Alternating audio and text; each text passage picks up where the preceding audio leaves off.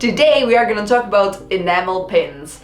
As you probably know by now, if you live in the realms of the internet and Etsy and such, if you support artists on Instagram, everyone keeps making pins these days. People make them, people buy them, people wear them. They are amazing. It's like enamel pins are the t-shirts of today. I think they are actually a much nicer way of supporting artists because personally I don't really like wearing t-shirts. I mean, have you ever seen me in one? I would still buy those to support artists, but a pin is much more practical. You can put it on anything and it makes a great gift, and I guess that by now you understand that I am in love with pins. For like the last, I don't know, like 8 months I really dreamed about having a pin done.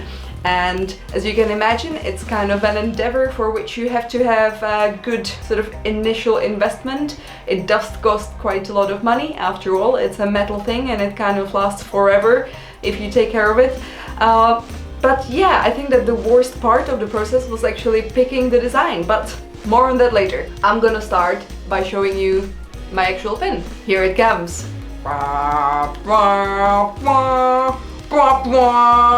My first pin ever! Okay. I'm sorry, I'm still excited. Also, I had a Red Bull.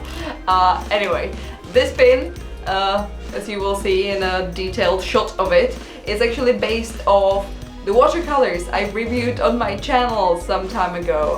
It's the Czech watercolors, the Kohinoor stackable round ones, and I'm in love with the design. I think it's very unique, and also it kind of means something to me personally, you know, because most of my generation grew up with those watercolors, so I thought like that's like an iconic thing to make a pin out of. The pin is called the Kohinoor Kid, which, you know, has like kind of a nice alliteration going on, and it's a gold metal with soft enamel on a backing card in a baggie. This is important to point out because later on I'm gonna tell you what decisions you will have to make when you're working with the manufacturer. When it comes to the design process, I guess that, as I already touched on before, the most important thing is the idea. As you probably know, by this point, every online artist either is thinking about making a pin or has one or multiple pin designs made, so you can imagine that finding a pin that hasn't been made, or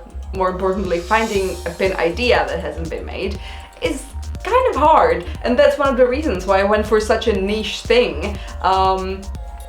If you pick a really niche thing, you might have a problem selling it later, so you have to kind of decide, like, is this gonna be a passion project for me, or is this gonna be something that I'm planning to sell to my friends who know what I'm making, or is this something that I want a wider audience for? Because in that case, you don't want the niche to be too nichey, not too small. Mine is pretty small, so based on my experience, I would tell you, don't go for such a niche. My next pin is gonna be less nichey. That's what I've learned from this step and this potential mistake I've made in my design. Yeah, I made a couple of like sketches. I think I have a sketchbook here. Yeah, I started with a couple of sketches. As you can see, like, I tried different angles. I tried to add like a paintbrush to make sure that people can tell it's a watercolor, but in the end I basically just stuck with the basic sort of top-down flat round design. I like the sort of geometry of it. I thought that was quite visually appealing. Then I went on to create the pin design itself as a vector in Adobe Illustrator, and the backing card I think I made in Procreate on iPad, because the backing card obviously doesn't have to be made in a super huge resolution. It's printed really small, as you can see here, and honestly I can't really imagine a case in which it would be printed any larger, so the technical needs on the backing card are quite low. With the pin itself, I believe that most manufacturers will prefer if you prep your design as a vector, because then obviously it's going to be a lot cleaner, but most of them say that you don't have to. Most of them say that you can also upload it as a bitmap file, but you should still make sure it's clean, and obviously you have to make sure that everywhere that's gonna have like its own color. It needs to be like a pool, if that makes sense. Like, you know, think of working in Microsoft Paint and you're using the fill tool and you really need all the lines to be close. Otherwise you're gonna be filling things that are not supposed to be filled. So basically, imagine the technical process of making a pin is first they create the metal part, which is kind of like a kiddie pool of gold or silver or bronze metal, and then they go in and they use the sort of singular unique colors to fill the pools in. I hope that makes sense. About the colors, you can't use any color imaginable, you have to stick to Pantone colors. A lot of the manufacturers will give you like a list of them, like a little, you know, like a swatch. Yeah, like a little swatch list. You can then just use those, and you know what's really helpful for the manufacturer?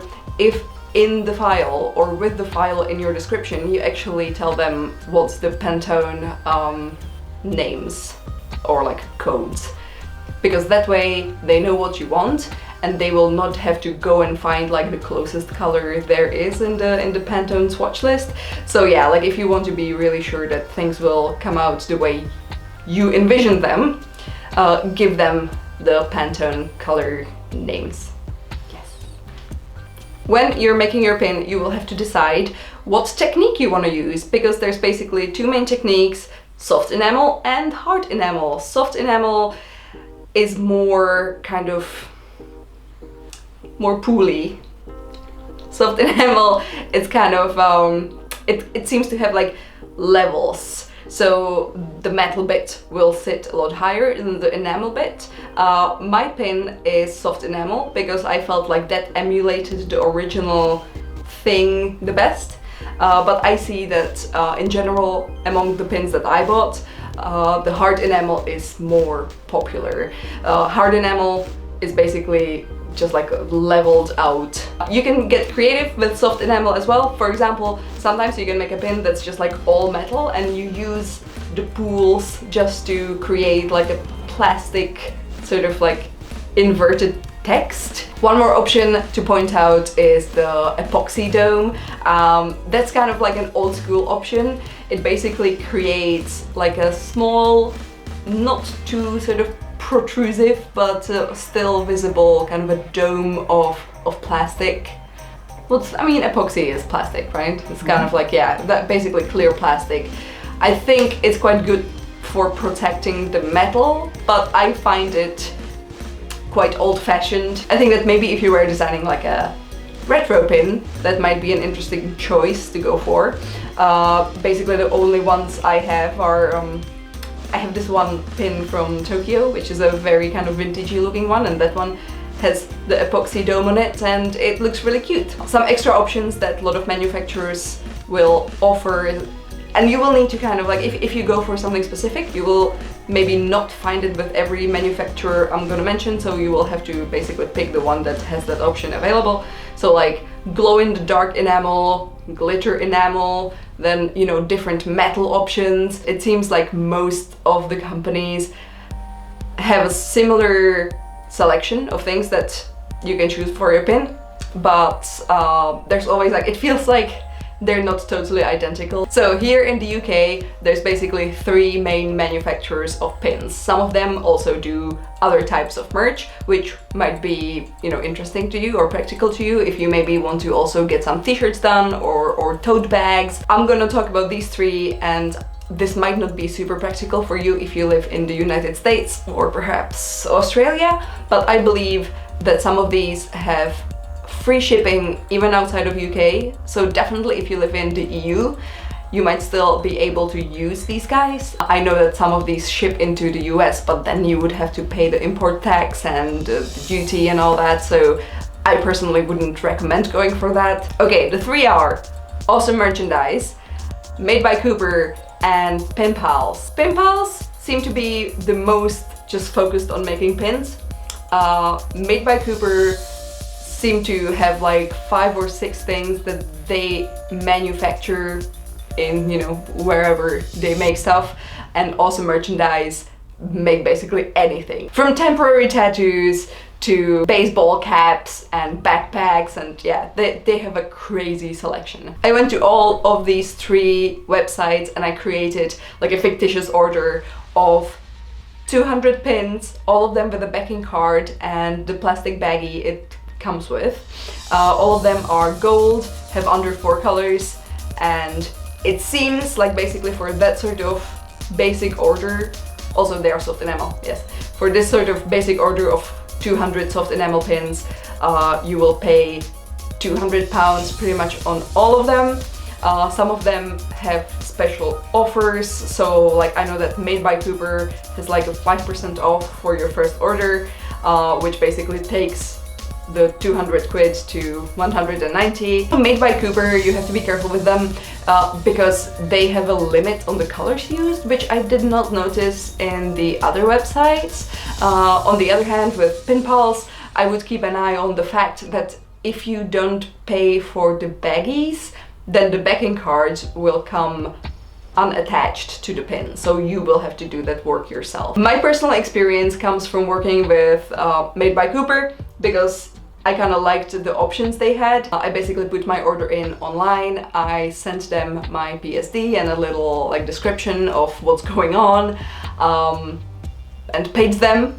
And in about 2 weeks time they sent me a message that basically like my pin came up in the queue and they are now working on it, but the PSD, they couldn't open it because I think that their like website crunched it up all wrong. So I sent it to them again through email, then it worked. Then after like 2 days they sent me a mock-up basically showing like this is what it's gonna look like and this is the prep file we made for our machine or whatnot. They sent me all the codes for the Pantone colors.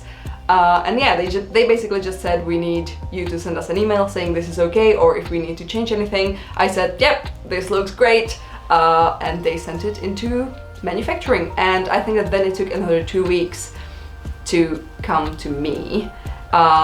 It came exactly on my birthday, which was very cute. As you probably noticed, a lot of people who sell pins also have like second sales, which means that there's some pins in the batch that are not 100% perfect. Maybe, you know, sometimes you have like a tiny bit of fluff or, you know, dust that kind of fell into the enamel while it was still drying. It kind of looks like, you know, when you find cat hair on top of your cake, that sort of thing. Sometimes the enamel kind of like splashed like tiny bit over the metal and you can kind of see it at certain angles. So with my order it was similar. I would say that about a quarter of all the pins had like a small issue with them.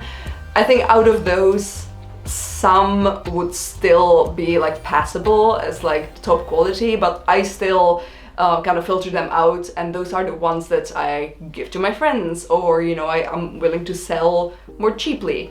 And I recommend you do the same. I think that it's a nice thing to do as a pin maker, to kind of keep the nice ones for, you know, your fully paying customers, because screw your friends.